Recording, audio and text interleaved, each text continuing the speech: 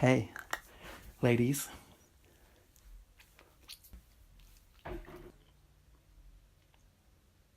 Welcome back, everybody, to the news with Geraint. Do excuse the noise upstairs. There's actually a naked sex party happening. You think that I'm joking, but I am not. As you might be able to tell, I'm in a much better mood this week because I actually have things to talk about. I had had enough of you. I'd had enough of humans, yeah? And I was feeling sad. Isn't it crazy how life can turn around? It's been a very eventful week this week. Number one, most importantly, let's get straight to it. The King Lizard. The divine reptilian shape-shifting warlord. Mark Zuckerturd. Mark Zuckerberg. Shut the fuck up, man. Mark Zuckerberg has been testifying in front of Congress this week for data infringement, misuse, influencing politics, and basically being a big fat lizard. I actually came this week with the intention to have Mark Zuckerberg as chat of the day, but after watching, I didn't watch all of it, like, I'm not a complete douche, but after watching the majority of the hearing, I've actually kind of changed my mind a little bit, and like, because obviously he's a reptilian shape-shifting lizard, like he's one of the most powerful of the powerful elite, so obviously he's actually kind of switched on, especially with the things that he's talking about. He's really fucking awkward. He's definitely on the spectrum, some sort of spectrum. The real chat of the day, and the deserving chat of the day, was Congress. How do you sustain a business model in which users don't pay for your service? Senator, we run ads. I see. That's great. Whenever a controversy like this arises... What about the part that people are worried about, not the fun part?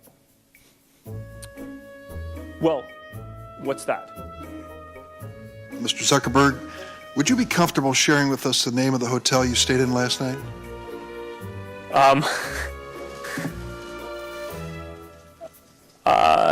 No. Who's your biggest competitor? Senator, we have a lot of competitors. Who's your biggest? The other tech platforms, so Google, Apple, Amazon, Microsoft. The average American uses 8 different apps to communicate with their friends and stay in touch with people, ranging from texting apps to email. It's the same service you provide. Well, we provide a number of different services. Is Twitter the same as what you do? It overlaps with a portion of what we do. You don't think you have a monopoly? It certainly doesn't feel like that to me. Are you willing to go back and work on giving me a greater right to erase my data? Senator, you can already delete any of the data that's there or delete all of your data. Are you willing to expand that, work on expanding that? Senator, I think we already do what you're referring to. Are you willing to expand my right to prohibit you from sharing my data? Senator, again, I believe that you already have that control. They literally don't know what the internet is. Like, where have you been? Surely you would have some idea of what you were talking about. But they literally didn't. They literally have no idea what we're talking about. They're old fogies, bunch of shuffling corpses, just... Oh, how many data codes do you own of my daughter? Oh. And then you can see that they love it, that they're actually really impressed to be in front of Mark Zuckerberg. They're like, oh, you started in your dorm room, didn't you? And now you're this gigantic behemoth. By the way, my son's Instagram handle is at Geraint.London. Follow in the link in the bio. Just hit 10k, baby. 10k, baby!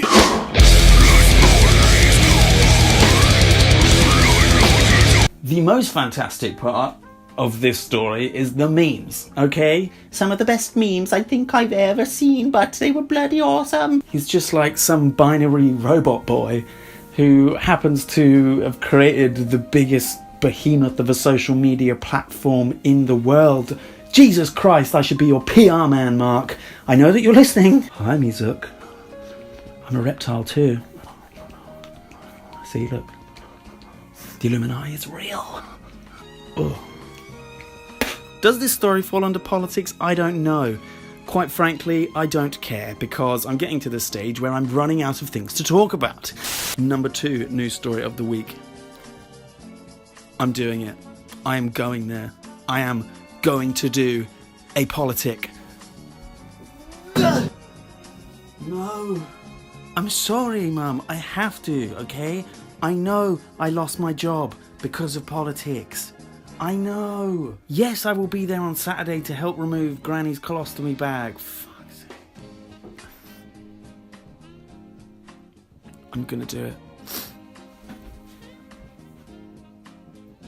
I'm really sorry. I just have to. If I want enough content, I have to briefly touch on politics, alright? I'm not going to get controversial. I'm just going to tell the news. I'm just going to tell the politics, yeah? But what I'm not going to do is give my opinion, because that would be treacherous. That would be, like, basically, that would be awful. I mean, Jesus Christ, everyone knows that everyone has an opinion and that they're all wrong, okay? And that people get offended, okay? And the last thing that you want to do is have an opinion and offend someone with it, because that's really bad. Basically, Russia have claimed that the United Kingdom have spoofed, if that's the right word, a chemical weapons attack in Syria. As if taunting the West, Russia released footage today of its forces riding in triumph through Duma. Its diplomats went on to claim that an alleged chemical attack by Syrian government forces last weekend was actually staged by Britain, and no one had died or been injured. We have evidence that this was a false flag operation spearheaded by those who promote Russophobic ideas. But at an emergency session of the UN this afternoon, America's ambassador said the world knew who was to blame. We know who did this. Our allies know who did this. Russia can complain all it wants about fake news. You are fake news. But no one is buying its lies and its cover-ups. See? See, that was easy. See, that was all right. I did it. I just said it, and I didn't give my opinion. Fuck Assad. We are going to bomb Syria. And we are going to bomb Syria as a punishment for Syria bombing Syria. We are going to go to war to prevent a war. We know how well that works. Okay, we are going to go to war to prevent a war. Anyone my age in the Tony Blair era knows how well that works out. Okay, it just does. It just does. Who remembers this? It's a magical place, we're on our way there, with toys in the millions all under one roof. It's called Toys R Us. Soon after bedtime, when dark nighttime falls, Jeffrey and Helper stock up all the shelves. From ceiling to floor, books, board games and bikes, teddies, puppets and dolls, beds, spaceships and trikes. There's millions, says Jeffrey, all under one roof. It's called Toys R Us. This is what Christmas was all about. This and the Coca-Cola advert. That was it. And obviously getting the capitalism. To the United Kingdom's absolute despair, last week was one of the solemn, saddest periods of time in UK history, retail history. I mean, it wasn't quite the solemn, but Toys R Us officially closed its doors. It closed down. But in excellent news, some genii decided to hold an illegal rave inside the closed down Toys R Us.